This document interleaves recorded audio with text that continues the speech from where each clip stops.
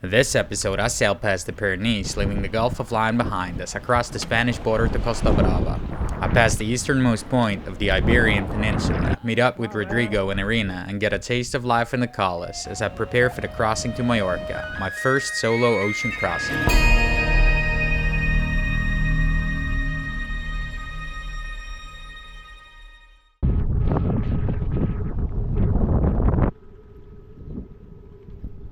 So it's been a week and it's time to leave, but it's kind of sad to be alone yet because I gotta do everything.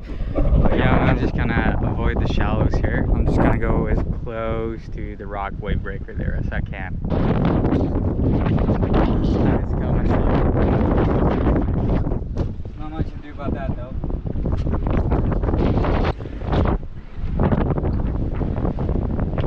4.35 knots, 2 reefs in. It's pretty gusty still. The wind's coming from the back sometimes, and then it's, well, coming from land. My plan now is just to get around this forbidden zone thingy, and then just alter course and just go close to land. It's pretty fun. It's just UG over there, sets behind it. You can still see a little bit of the hill in the horizon. And there's Valgas Plage, there's Vendas Plage. So it's the past 2 weeks of my life, pretty much. But now I'm just itching to get out of the Gulf of Lion. It's either super windy or there's no wind at all.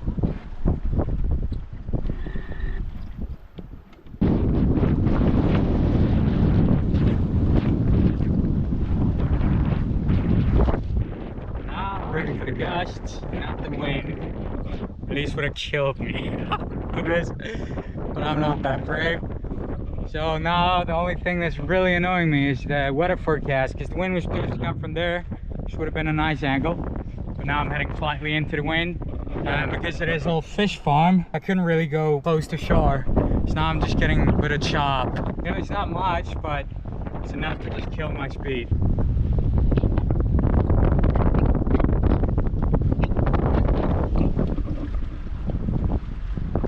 Had a lot of water popping over me, and I couldn't make sense of it because of the waves. There's 2 dolphins. They're under the boat currently.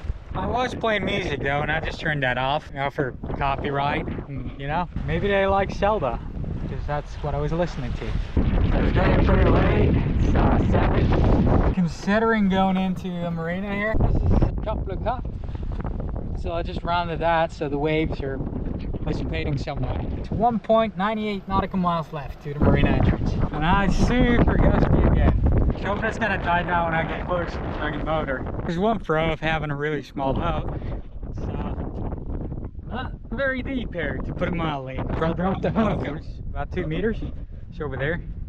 The other boats, the big boats, they see me here and they try to get close and do an Italian style anchoring, but they can't. Because they probably get an alarm on their sonar. There's another one heading for me, and he's just gonna turn around. It's northwesterly now, but it's gonna turn to a straight west. I think I got about 30 meters out, which is, it's still overkill.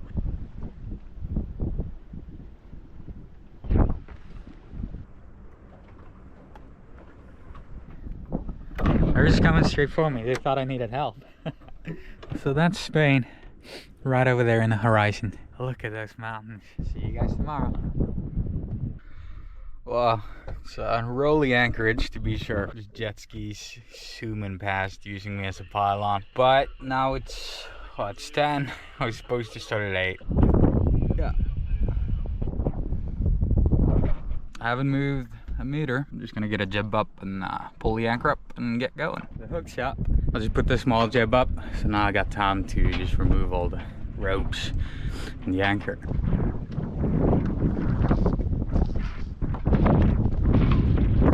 I should probably put up a bigger jib. 3.3 knots. Mainsail only, mostly. But moving. There's Spain. If I don't lose the wind, I'll make it by the evening. There's either one thing or the other in the Gulf of Lion. Either it's super windy or you're in the doldrums. I'm doing 1 knot, 1.2, down to 0.9.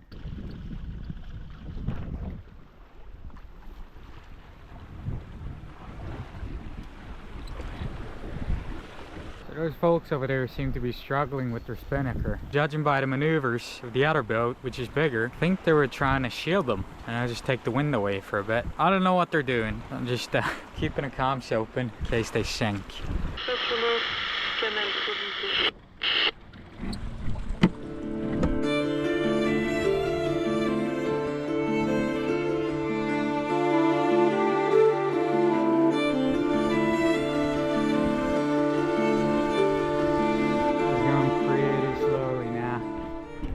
Died. I motored for 5 minutes and I came back. I'm just trying to charge the battery. I could have put the spinnaker pull up, but then I have to do it, so I don't bother. And there's a nice dark little wall there between those mountains. Usually that would mean overdevelopment and I would stress a little bit, but it's just cumulus clouds that have formed over land. I'm in a high pressure now and there's a low pressure on the other side of Spain. And the wind's coming from the north, so it's just getting pushed inland. It doesn't really affect me, except killing the wind. But at least now I can't see the place I came from today. The clouds and all, mountains, green fields and forests. And if only there was a bit of snow on the peaks. You know, if you could have knocked me in the head and told me that I'm in Hardanger back in Norway, and I would have believed you. So, I've had mountains from afar, but now I'm actually going to be within hiking distance. And I'm really looking forward to that. But this is kind of maddening because I'm doing 0.3, 0.2, down at 0.8 knots. At times like this, I really wish I just bought a launch shaft, 5-6 horsepower gas outboard. When I had one, I would just be doing 4 knots now, I reckon. But this little thing, I mean, it can do 3.5 on flat water, but once you add a little chop to the mix, it's barely moving. However, I found out that they put mooring bolts up and anchoring is prohibited, so I might have to go down here. Once I get behind that cape there, there's not going to be any swell. I got the solar panel out, I got that one, and I'm draining my main battery bank, just putting it all into the engine. Hope it's gonna last. As long as I clear that lee shore there, I'm all good. And should the engine die, there's gonna be wind in like 5 hours. Now, these folks over here seem to be concerned for me. They're doing 5 knots and I'm not.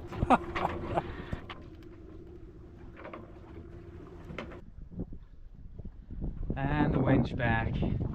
Nice, because now it's getting shallow. Just started rolling a bit. It's always much easier to steer with shells. So apparently there's a mooring field put up there and an anchorage to protect the Posidonia seagrass. I haven't found any information saying you have to pay for them. Apparently the white ones are free, or you can just go anchor all the way in on that beach, but there's plenty of boats there. But as far as I can tell right now, there's a couple of ones that look white. I'm just gonna head for one of them and try it.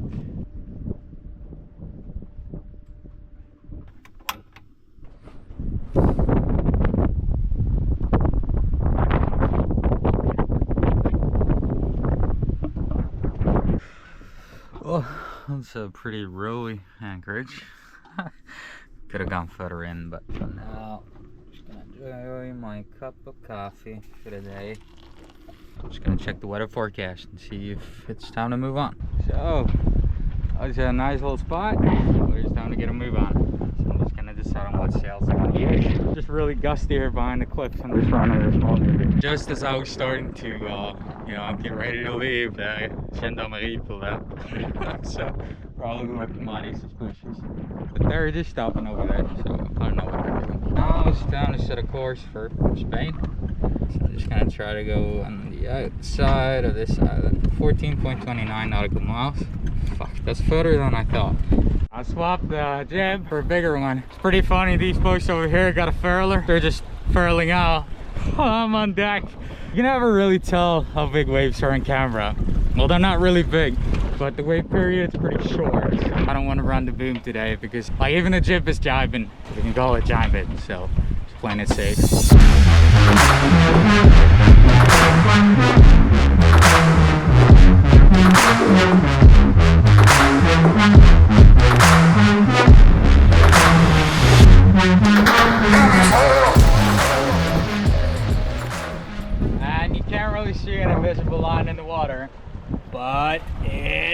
30 seconds, I'll be crossing into Spain. Sorry about running the French courtesy flag. I can't really go get it right now because it's a bit windy. 3, 2, 1.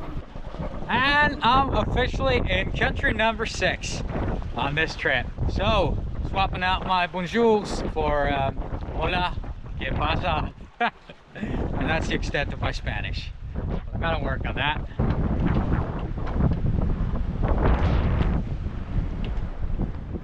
So I'm closing in on Cap de Creus. I noticed all the other sailboats are way further out than me. And the swell's building. And then Rodrigo did warn me specifically about this spot. So I'm just gonna go a nautical mile out so that I've got the margin on my side. It's a lee shore. I've got a double wave system thingy going on. So just a bit focused here now because now it's not sandy beaches no more. It's cliffs, like back home, which means you die. And not today. And not in this way, ever. I prefer free fall. This is Cap de Creus. It's the easternmost point of the Iberian Peninsula, and thus mainland Spain's easternmost point. Now, it's pretty infamous as a shipwrecker. And I read a story this morning about a boat that was going from Set to Ugg in a Mistral in the autumn, I think. And for some reason, they ended up down here. Like, they were missing for a couple of days. French Coast Guard transferred the authority for the search party to the Spanish authorities. For some reason, instead of going behind this cape, being sheltered, they insisted upon going into a port there. So they subsequently got smashed on the rocks. The wind was doing 50 knots or something. So that just goes to show that, you know, just bring an anchor. I don't know the full story, and no one does because they died. But it's a strange decision to put yourself on a lee shore. But may they rest in peace. The wind's dying on me, as predicted. It's gonna die at around 3. Now it's 10 past 2. I'm feeling sort of confident now.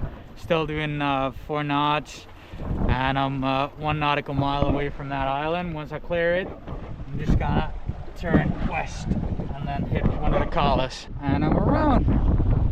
We're safe at least. The wind's dying. The weather forecast was super accurate today. Gotta make it in here out of the swell. Might not could shake the reef. It's probably gonna be a bit gusty once I get behind those foothills. And I don't have a Spanish courtesy flag, seeing as I don't want to offend my new host country. I don't think it's like sailing into Belgium with a Dutch flag like I did last time. But it's time to take down the French courtesy flag. I'll be going back to France. There's no doubt about that.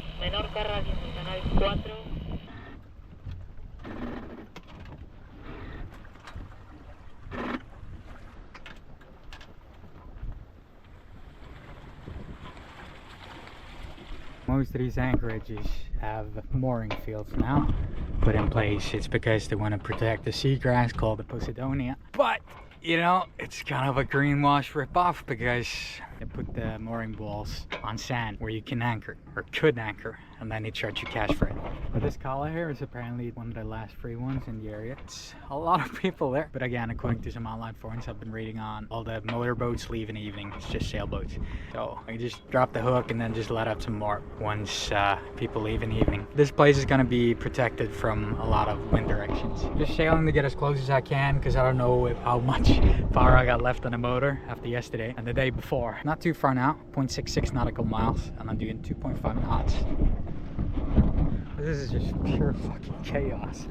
So the autopilot has been making some really funny noises. So there's an O-ring and whatever this is supposed to be. I'm just really surprised at the build quality of this thing. You know, 700 euros for one. And this looks like a super cheap entry-level airsoft gun. I just gotta check a bit online.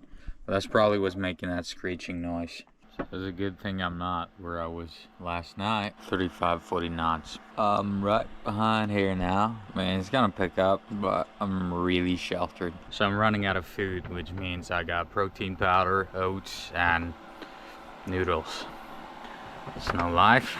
I'm gonna inflate the dinghy and I think I'm gonna leave the boat here, which is very sketchy because now the motorboats are coming up and they're probably gonna get tangled up in my anchor or whatever. But I don't care, I've got a cheap boat and it's been scratched up badly by the canals anyway. So if someone else wants to risk their boat, then have at it. So I'm just charging everything now with the solar panels, especially the motor. The motor is critically low on battery. Feels kind of sketchy leaving the boat there by my French neighbors, keeping a look on my boat. The guy even dived down and checked my anchor for me this morning. And the Spanish family on the beach is watching my dinghy for 3 hours. So there's my boat. Just gotta be back before the wind turns because I've got a lot of rope out. I didn't have time to correct it because by the time I got up, another boat had already anchored in front of me, so I couldn't really pull in rope.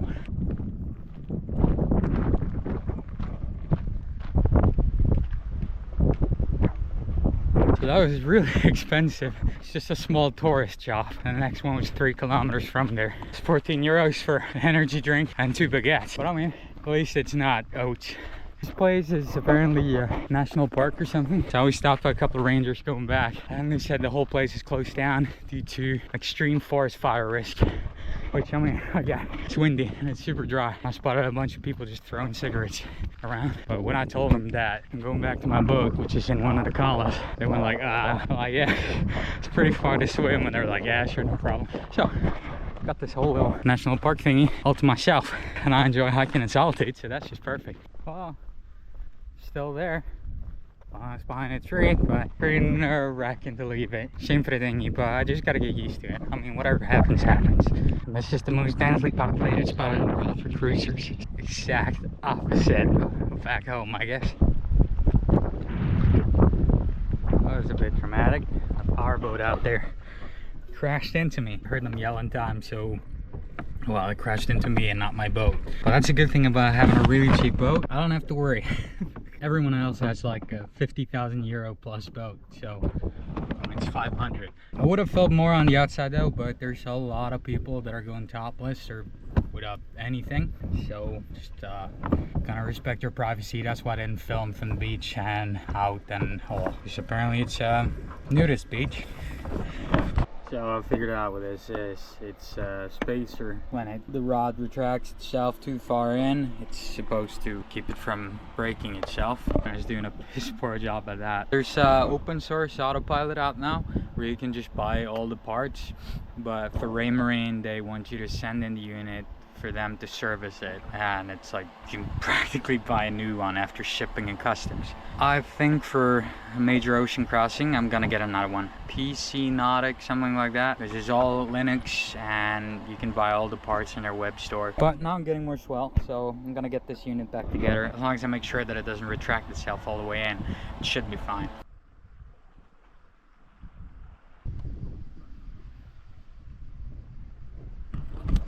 There's a neat little anchorage here, but today I'm gonna leave before it starts filling up, and it's already started. And it's Monday today, but people's got vacation, I think. I just gotta find my sunglasses. There they are. Radio. All right. Well, it's time to go. Here's the reason for the anchorage being rolly. So all the power boaters are just coming there, half cleaning. We just turned down the speed though. And I'm out. Got the sails up. Took a while. It's all the clutter on deck, but I just had to get away from the Cala before it got crowded again. Did you see all the motorboats are just coming in on a plane and they're stopping 5 meters from where they're supposed to be. So if ever I win the Euro jackpot, I'm gonna buy one of the old MTBs in Norway, missile torpedo boats. They're cruising at, I think it's 50 knots or something, and they're creating a hell of a lot of wake. And I'll just spend my days patrolling the fjords, and whenever I see a motorboat being inconsiderate, I'll just pass them, create a 3-meter wake, make his boat flip over. Maybe I should eat breakfast now because I'm a bit cranky. You know? I have friends that have motorboats. I don't hate all motorboaters. Now we're doing 4 knots here. Wind's coming slightly away from land. There's a marker zone something here. General warning mark. Anchoring restricted, mooring regulated, navigation. So the autopilot is working for now. The problem is when it's retracting itself. You know, the part that's broken was the thing that's supposed to, you know, keep it from sliding around in here. But what I'm doing is I'm just balancing the sails as much as I can, so it really doesn't have to move a lot. And if there's a lot of waves, I'm just gonna have to hand steer, because I really want it for motoring and lot winds. What I think I'm gonna do is that I'm gonna rig a sheeted tiller system. Put a couple of chain plates there that I can attach some bungee cord and a rope to, and then some cleats here for locking the rope. And then I'll just pull the rope through here, through a pulley up to the boom, and then put a rubber band on the other side, so that when the wind increases, the boom will just pull the tiller and steer back into where it's supposed to go. I've got all the parts because, as usual, I bought it all a year ago and I had big plans and I forgot about it. It's like cramming for an exam the day before. That's me. So I've just been motoring for a while, running the solar panel, breaking even on the engine, but now there's some wind coming. So we're back in action. Still recharging the motor. In 3 knots now. Could probably trim the sails to go a little faster. But I just spoke to Rodrigo. He and Ian have been here in this marina. Ian's parents have been joining him. It's gonna be really nice to see them again. It was Port Napoleon. They left and I never really caught up with them. Just hope the wind's not gonna win away again. There's a little chop, not much, but too much for this Autopilot made by Raymarine, a subsidiary of Raytheon, which makes naval missile guidance systems. Making this is too hard for them, I guess. So I'm motor sailing and I had to give up using the sails because the wind's very light. And these cliffs are reflecting the waves coming from the sea as well. You know, if I had a Jenaker or something like that, it'd probably be possible. But the engine was fully charged, so now I'm running it at half throttle. I'm just gonna round that little cape there and then I'll get a nice side wind. It's not very far now, it's about 2 nautical miles. That's the marina they're at. Terrain is so different though, since leaving France. Now, just as I round that corner, I'm just gonna take the sail down and motor in. And there they are.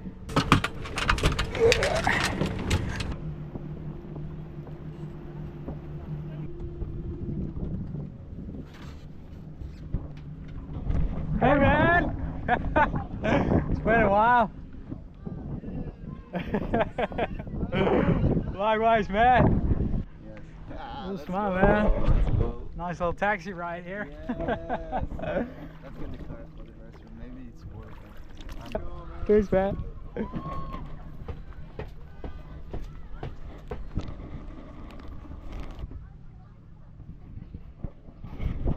So, I got on the courtesy flag. Just hope Rodrigo can hear me. So that's our little flotilla. And I'm getting a taxi lift.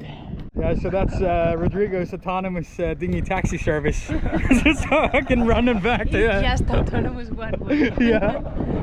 Yeah, so can you tell me the secret? There's gotta be some technology there, yeah.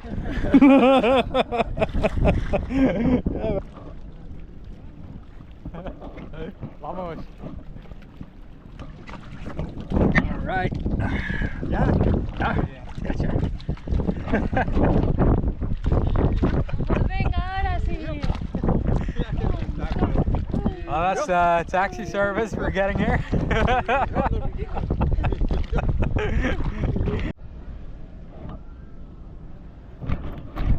So I spent the night in this mooring field. Probably gonna be super expensive, like 40 euros. You don't even have access to the showers. Or maybe they just forgot to give us the keys. I did get inside though, but being behind the wave breaker means I've got flat water. I can leave my dinghy ashore, so that's nice. So I'm gonna go get a radar reflector because now I'm getting closer to Barcelona. The closer you get to Barcelona, the more expensive the marinas are, and soon there won't be any Calas to anchor in. So what I'm gonna do is I'm gonna cross over to Mallorca. The problem in the Gulf of Lion was too much wind, but here is the exact opposite. Like if there's a southerly, there's a wind shade like 50 nautical miles behind Mallorca. It might take me several days and I don't have a crew. My autopilot is failing, so it's sort of a Captain Calamity mission. Well, I got an electric engine. The only thing I want to check for is Danas, like super bad random storms and thunder clouds. Like if there's not going to be any overdevelopment over the sea and it's just going to be sunny and little wind, I mean I can do it. It's 100 nautical miles, around thereabout. It'll take me a couple of days. I'm gonna have to sleep at sea as well. Yeah, I've done ocean crossings before, but never without a crew, so this is gonna be interesting. But if I'm to do the Atlantic, then there's no way getting around it. It's gonna be a long day now though. So I'm gonna inflate the dinghy, head to shore and get all the stuff I need, fill my water tanks, and then just wait for a decent window.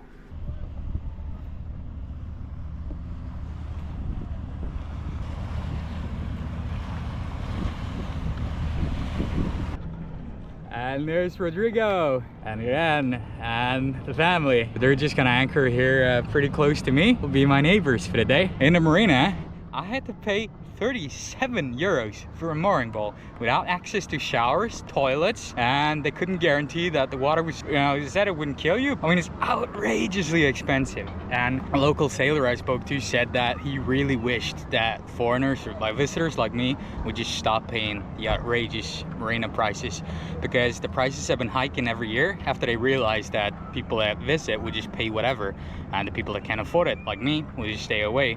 So it's kind of like Airbnbs on land. It's just driving the locals away.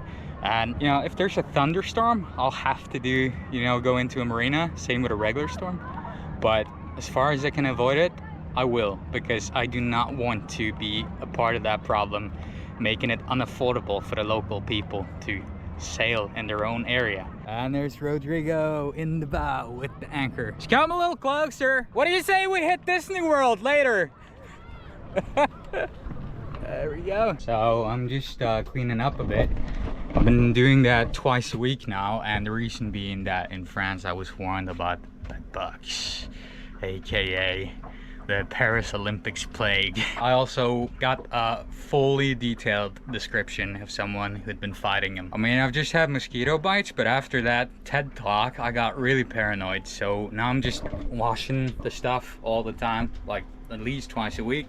I'm using chlorine, bleach on every surface, and most importantly, I'm running my illegally acquired, no, just kidding, I bought it before the ban, my ozone generator. I'm just opening up all the spaces and I'm just flooding the area with ozone, just packing things that are volatile in plastic, such as electronics. And it's actually working, because I was cleaning here behind the dinghy space. I found a dead fly. I've unfortunately eradicated my house spiders, and I feel terrible about that because I've had them for a long time. They've kind of been my pets, but you know, it can't be helped. The ozone treatment, what I'm doing, it will also eradicate cockroaches and anything. I'm just gonna try to stay on top of everything. You see me now? It's clear. So now I'm just running the ozone generator. Obviously I can't be in there because then you die. I'm just babysitting Rodrigo's boat. And Rodrigo and the rest of the folks are ashore. So I'm just gonna get back in there with our dinghies to pick them up later. So yeah, I'm just chilling out here.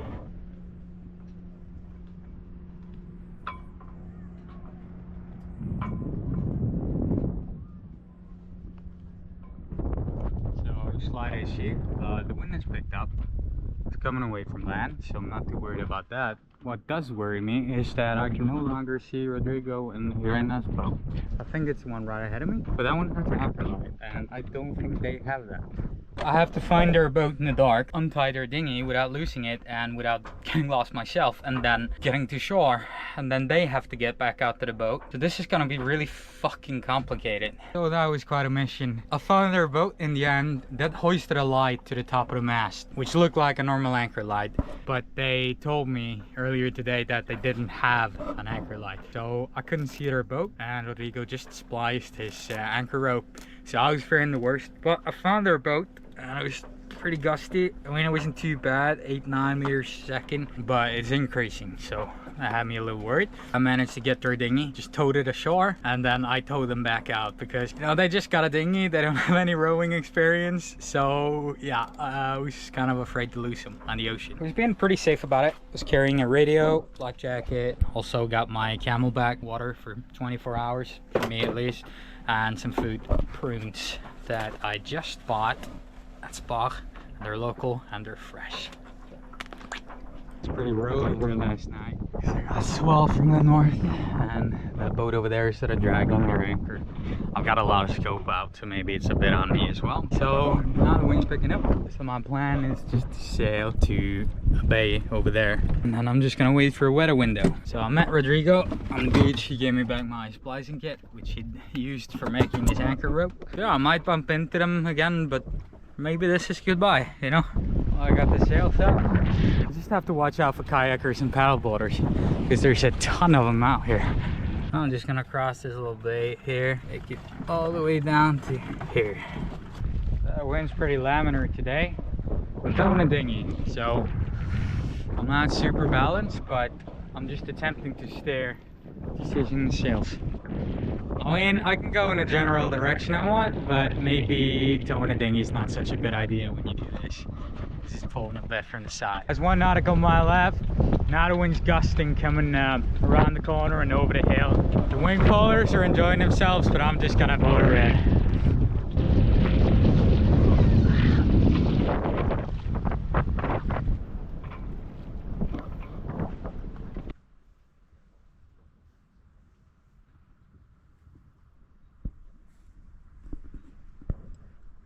In the next episode, I spent 3 days at sea as I crossed from Costa Brava to Mallorca, my first solo crossing. I'm joined by dolphins, sleep adrift, and sail under a full moon before finally spotting the mountains of Mallorca on the horizon.